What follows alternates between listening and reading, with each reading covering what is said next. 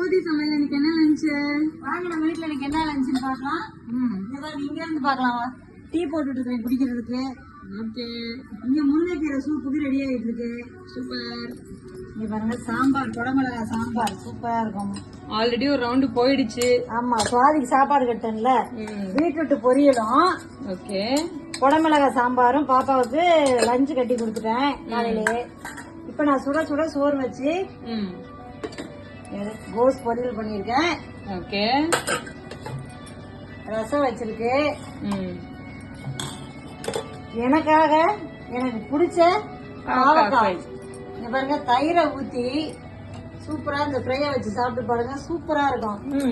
அப்புறமா அப்பப்ப துளசியை போட்டு வாயில மெண்டுட்டே இருப்பேன். ஏன்னா பனிக்காலம்ல தொண்டை வலிக்குது எனக்கு, அதனால நான் போய் வீட்டுல துளசி பிடிக்கிட்டு இருந்தேன். இதுதான் இன்னைக்கு நம்ம வீட்டுல லஞ்சு.